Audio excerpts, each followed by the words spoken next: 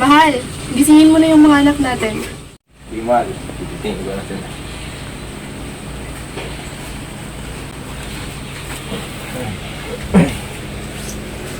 Mga anak, gising na kayo. Yung almusal nyo, nakanda na. Papasok pa kayo ng paaralan. Tara ba sa... oras na ba?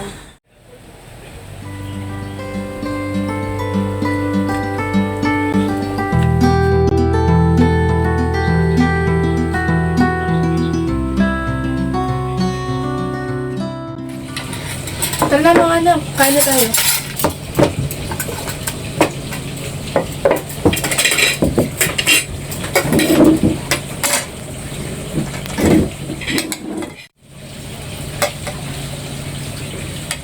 Kain na kayo. Uy, mukhang masarap. Opo po, magdasal muna tayo. Sige. Sa ngalan ng Ama, ng Anak, ng Espiritu Santo. Amen.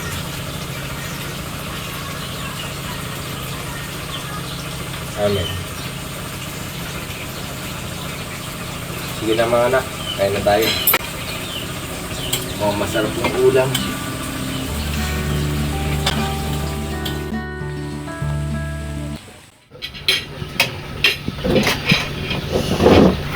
Ako na ma. Sige na, salamat. Ako na po. Ito pa ate.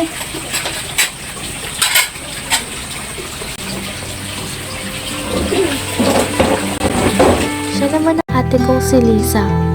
Lagi niya akong tinutulungan sa mga gawaing bahay.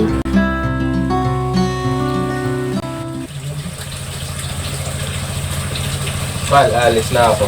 Tatrabaho lang muna ako. Babalik ako mamayang hapon. Sige, ingat ka.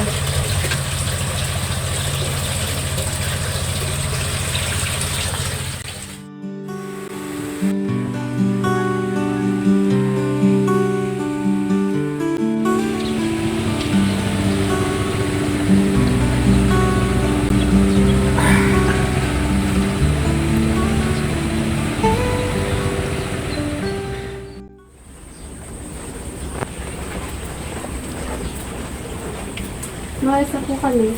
Huwag kayong papagabi ha. Sige po. Sige, ingat kayo.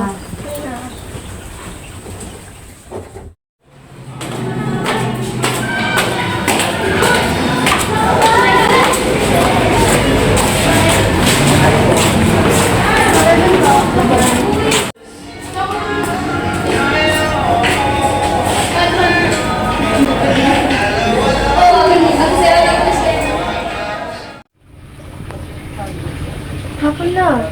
Dalan ko kaya sila ng merienda.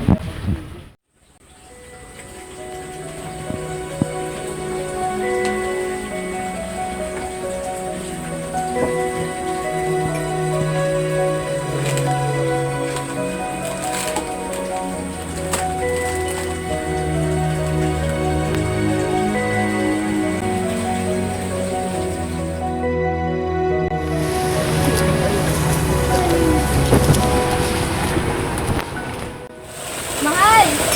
Magmerienda muna kayo.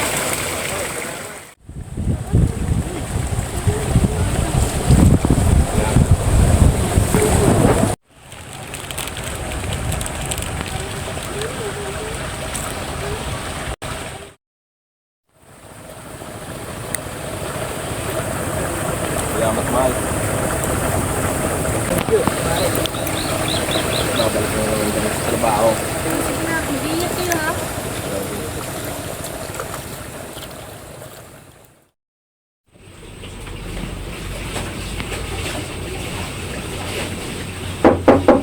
Bukas yan. Salita na po kayo, ma. Paano po? Kumain na kayo? Hindi pa po.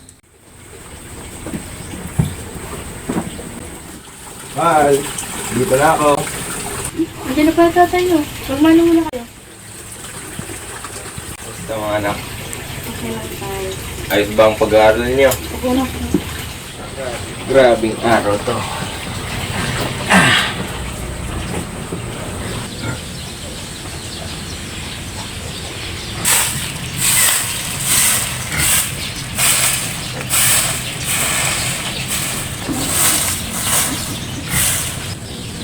Anak, bilisan nyo na dyan.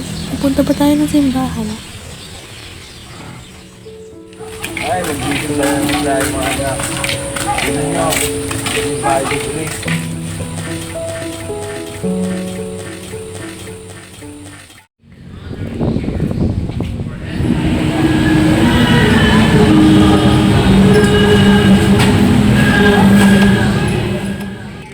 Nay, tulungan ka na po namin. Salamat.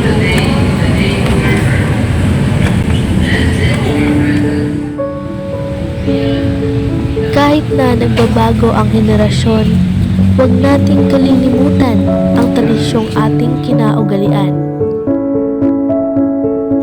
Dahil sa mga ito, patuloy ang pag-asa